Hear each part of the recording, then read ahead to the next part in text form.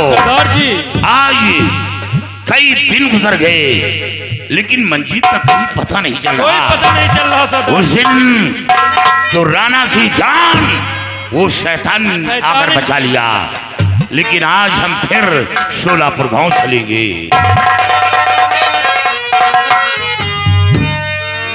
मेरे दसवों साथियों, सुनो मेरा फरमान और पता करो मंजीत का भाई शोलापुर दरमियान।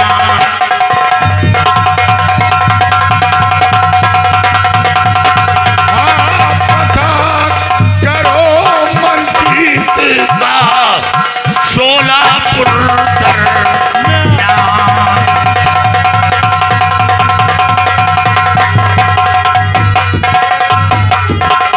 शोलापुर दरमियान अगर मंजीत नजर आता है, शोलापुर दरमियान अगर मंजीत नजर आता है तो समझो राका डाकू से भाई खौफ नहीं खाता है।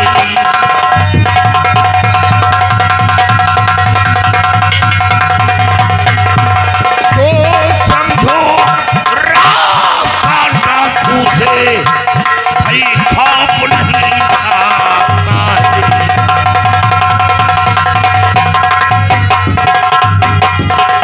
मेरी नजर से बचाए वो शत्रु न दिखलाता है, और जिसको दिल से ठान लिया वो बसर न बच पाता है।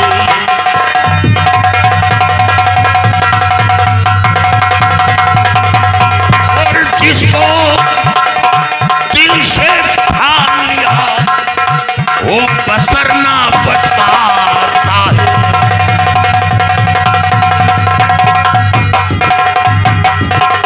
ना तेरी जरा लगाऊं चलकर शीश उतारूं, राणा के महल में जाऊं और बिना लिए बदला बहना का चैन न दिल को। साथियों, सरदार जी, इसी वक्त तैयारी बनाओ और आज मंजीत हमें मिलना चाहिए। उसका मरना बहुत जरूरी बहुत है। जरूरी है सरदार। अगर वो जिंदा बच गया तो एक दिन मेरे रास्ते में आने की कोशिश करेगा, इसलिए उसका मरना बहुत जरूरी बहुत है। जरूरी। हवेली की वो नागन थी जो हमेशा फुटकार लगाती थी, हमेशा, लेकिन हमेशा के लिए उसका फुटकार बंद हो गया, उसका सारा विष निकल कर खत्म हो गया। आओ तैयारी बनाओ, चलिए।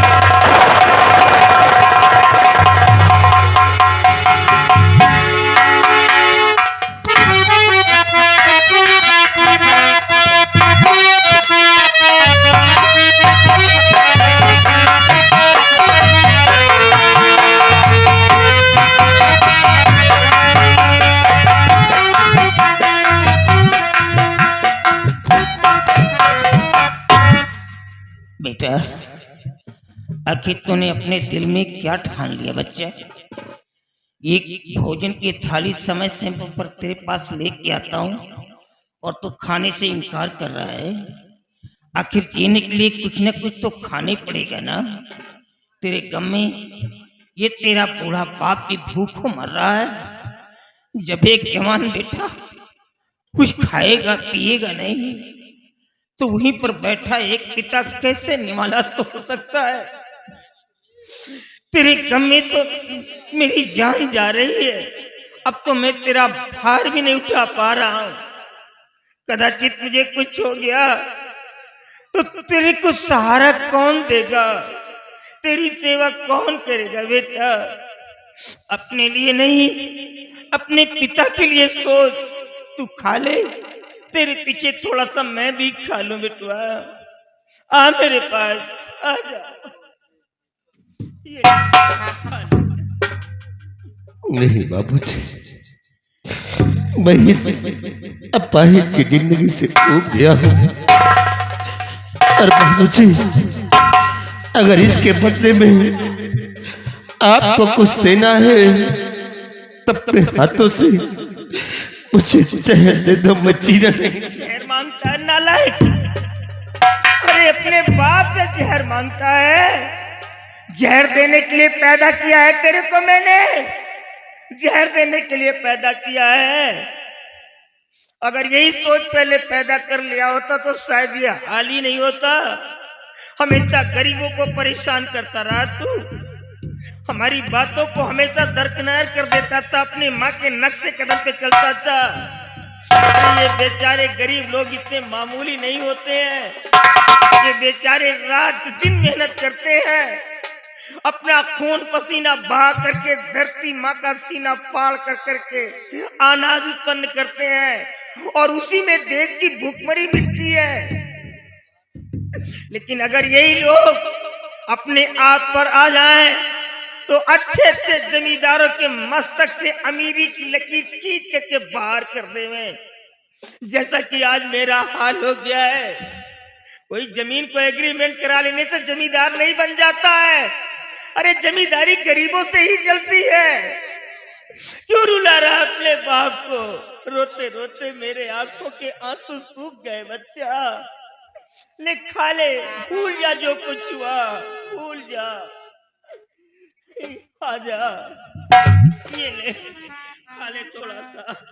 बाबूजी, कहते हैं आप मैं भूल जाऊं। देखिए कैसी हालत मेरी हो गई और आप कहते हैं मैं भूल जाऊं। नहीं बाबूजी, सिर्फ एक बार आप मेरे भाई से मुझे मिला दो। मैं अपने भाई से मिलना चाहता हूँ, सिर्फ एक बार। कहाँ जाऊं? अब तो मैं चल भी नहीं पा रहा हूँ, कहाँ जाऊं? ठाकुर साहब, जय गोपाल। कौन? जसवंत हो ना? हाँ, और ये आपका बेटा मंजीत सिंह। वाह बेटा वाह, ऊपर वाले ने मेरे को 2 औलाद दिए, लेकिन कोई बिल्कुल किसी से कम नहीं निकला।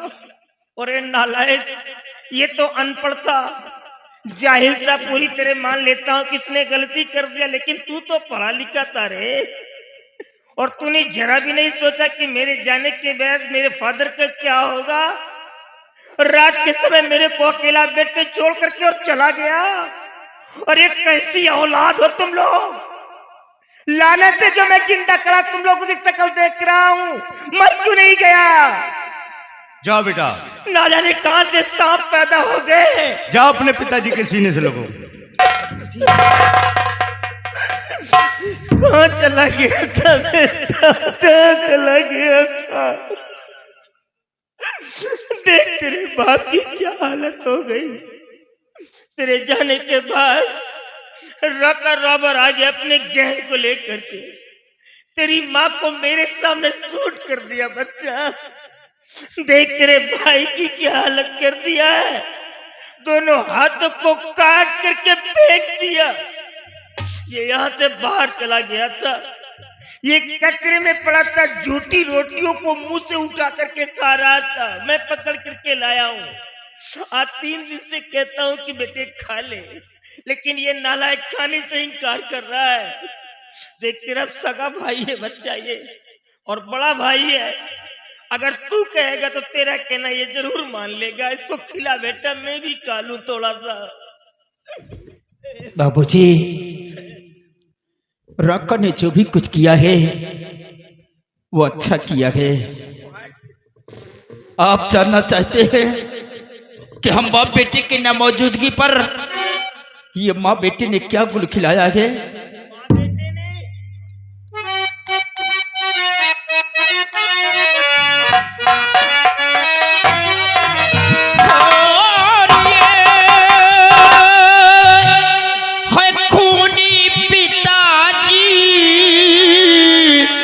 खून प्रिया का मेरे ये खूनी पिताजी, प्रिया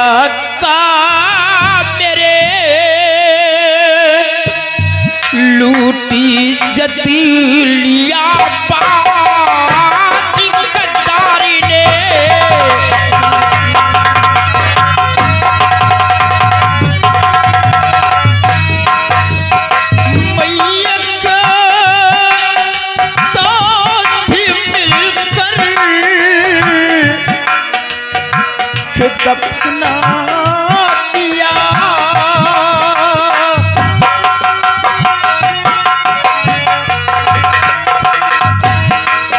मैया के साथ मिलकर दफना दिया, या सितम कर दिया पाँच मक्कारी ने क्या।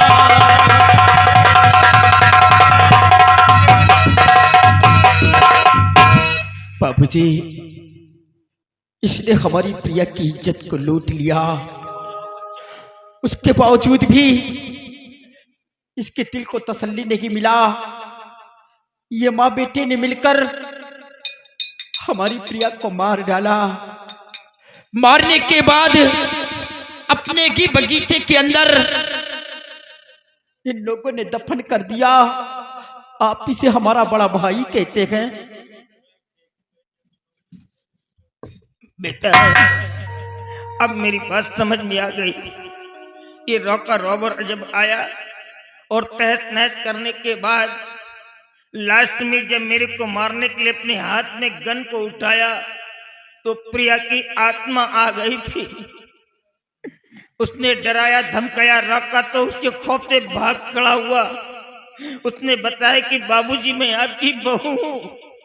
मैंने कहा बिटिया ये सब कैसा मैटर, ये कैसी घटना घट गई, लेकिन उसने तो मुझसे कुछ बताया ही नहीं। मैं तो अचानक फर्श से टकरा गया था, मेरे को पता ही नहीं चला कि मैं कहाँ पड़ा हूँ। ये साला इंसान नहीं है बच्चा, ये जानवर है। इंसान के रूप में 82 जानवर। मार दे साले कुत्ते को, सब कुछ छीन लिया।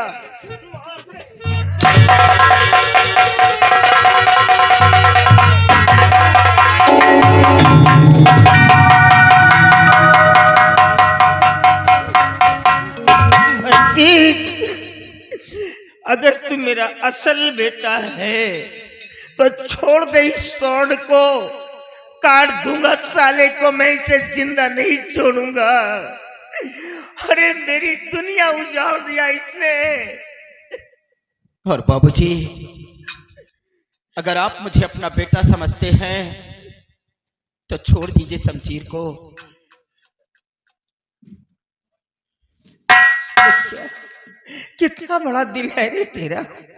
अरे जिसने तेरी दुनिया खत्म कर दिया, तेरी पत्नी की इज्जत को लूट करके मार डाला, उसको बचा रहा तू। बेटे ये तू नहीं बोल रहा है, तेरे बॉडी में जो राणा का खून दौड़ रहा है, सर्कुलेशन कर रहा है, वो खून बोल रहा है। जमींदार राणा का खून कभी इतना गंदा नहीं हो सकता है। आज ये मेरा खून बोल रहा है। बाबूजी, ये क्यों ना इतना बड़ा गलतकार किया हो, फिर भी मेरा भाई है। हम दोनों भाई कभी एक कोख से जन्म नहीं लेंगे।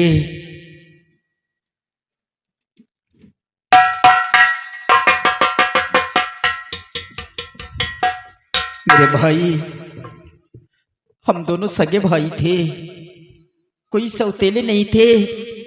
एक खून मांस के थे, एक कोख से जन्म लिए थे, यहाँ तक कि एक स्तन से दूध तक पिए थे। बड़ा भाई पिता तुल्य होता गए। एक पिता वो जो जन्मदाता होता है, और दूसरा पिता वो जो छोटे बच्चों की उंगली पकड़कर चलना सिखाता गए। आपने मुझे अपनी गोद में लेकर खिलाया था, इन्हीं होठों से मुझे बोलना सिखाया था, मेरी उंगली पकड़कर मुझे चलना सिखाया था। मैंने भाई की नजर से नहीं, हमेशा आपको बाप की नजर से देखा था। बड़ा भाई, हमारी पत्नी तुम्हारी बहू थी। बहू का मतलब जानते हो भैया? बहू का मतलब होता है बेटी। और आप इतने गंदे नेचर के निकल गए कि अपनी बहू के संग में ही इतनी बड़ी गंदी हरकत किया। उसके बावजूद भी तुम्हारे दिल को तसल्ली नहीं मिला, उसे मार डाला भैया। काश अगर आज रामू की बहन का खून न किया होता, हमारी प्रिया की अस्मत लूट कर उसे मारा ना होता, तो आज ये तुम्हारा हाल ना होता भाई। मंजीत, किसको समझा रहा बेटा तू? इसको बड़े समझाया इंसानों को जाता है, जानवरों को नहीं। और ये साला जानवर है, कौन सा जानवर मालूम है? आदमखोर जानवर है ये। और आदमखोर जानवर उसे कहते हैं जो इंसानों के मांस को खा करके अपनी भूख मिटाता है और इंसानों के ही खून को पी करके अपनी प्यास, उसे आदमखोर जानवर कहते हैं। और तू इस जानवर को समझा रहा है? हट जाओ मंजीत, मेरे हाथ में बेटे रिवॉल्वर है। नहीं बाबूजी, मैं नहीं चाहता कि मेरे रिवॉल्वर की गोली तुम्हारे सीने पे लगे। ये अपनी करनी की सजा पा चुके हैं, अब आप इन्हें कुछ नहीं करेंगे। मैं इसे जिंदा नहीं छोड़ूंगा, ये धरती का बोझ है। हट जाओ। नहीं बाबूजी, इन तक पहुंचने के लिए आपको अपने छोटे बेटे की लाश से गुजरना मैं होगा। तुम्हें लास्ट वार्निंग दे रहा हूँ मंजीत, हट जाओ। मैं छोड़ूंगा नहीं, खत्म कर दूंगा मैं साले को। सामने से नहीं हटूंगा बाबूजी। हट जाओ मंजीत। नहीं बाबूजी, मार दूंगा मैं इसे। नहीं। क्यों बार-बार आ जाता है? मारने नहीं देता इसको। अरे साला सब कुछ ले लिया, सब कुछ छीन लिया ये। आप किसे मारने जा रहे हैं इसे? जरा एक बार इसकी तरफ नजर डालकर देखिए कि इसकी जिंदगी जानवर से भी बदतर हो गई है। जानवर के समक्ष चारा भूसा डाल दो तो मुख से खाकर अपना पेट भर सकता है, लेकिन इस इंसान के समक्ष थाली में रोटी का एक टुकड़ा डाल दो तो ये उठाकर अपने मुख का निवाला नहीं बना सकता। तो ऐसे इंसान को मारकर आप पाप के भागीदार क्यों बनना चाहते हैं बाबूजी? भैया क्यों मुझे बचा रहे हैं? अरे जिसे जीने का कोई हक ना हो उसे बचा रहे हो, और वही भाई जिसकी खुशियां छीन ली गई हो, वही भाई एक भाई को बचा रहा। क्यों? क्योंकि एक खून के वास्ते, ये खून का रिश्ता बड़ा अनमोल है। भैया मैंने बहुत बड़ा अनर्थ किया है, मैं सजा का हकदार हूं, मुझे सजा मिलना चाहिए। मैं अब तुम्हारी प्रिया को तो वापस नहीं दे सकता, लेकिन आज ये तुम्हारे पापी भाई का सर तुम्हारे कदमों पे झुक रहा है। काट दो मेरा सर और ले लो अपनी प्रिया का बदला, मार दो मुझे। मैं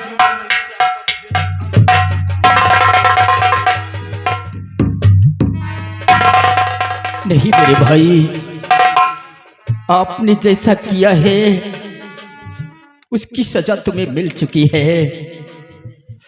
आप हमारे समक्ष अपना शीश झुका रहे हैं, आपकी जगह हमारे पैरों में गई, हमारे दिल में है भैया।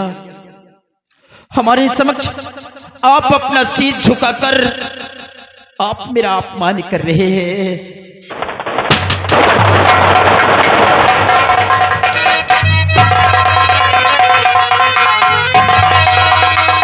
भर नजर देख लो मुझको मंजीत। तो रखा फिर आ गया भैया। भरे नजर तो मार डालेगा मेरे बेटे को।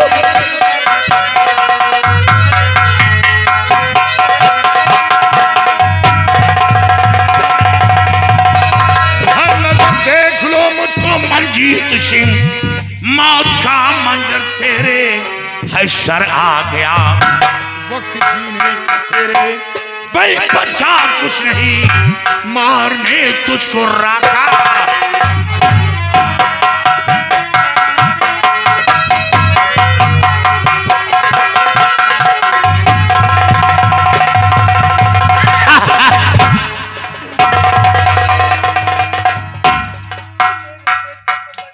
राका, हम तुम्हारे आगे हाथ जोड़ते गए, मैं तुम्हारे पैर पड़ता हूं राका। मेरे भाई और मेरे बाबूजी की जान को बख्श दीजिए। अगर आप मुझे मारना चाहते हैं तो शौक से मुझे मार दीजिए राका, क्योंकि मेरे जीने का सहारा मुझसे छीन लिया गया, हमारी खुशियां मुझसे छीन ली गई, हम खुद इस जिंदगी से ऊब गए हैं। अगर मुझे मारकर तुम्हारे कलेजे को ठंडक पहुंचता है तो चलाओ अपनी इस बंदूक को और कर दो हमारा सीना छलनी और बुझा लो अपने सीने। नहीं राका, छोड़ दे रे, ये लोग कोई गुनाह नहीं किया है राका।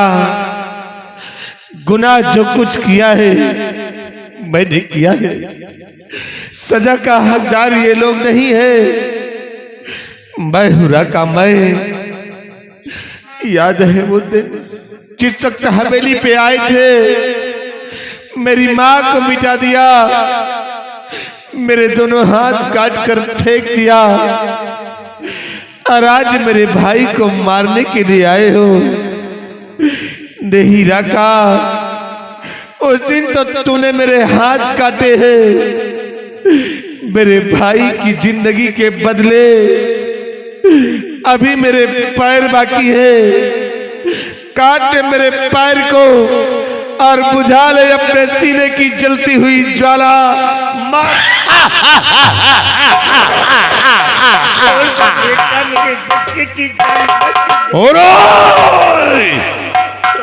नगरा और राणा खून के आंसू बहाओ, और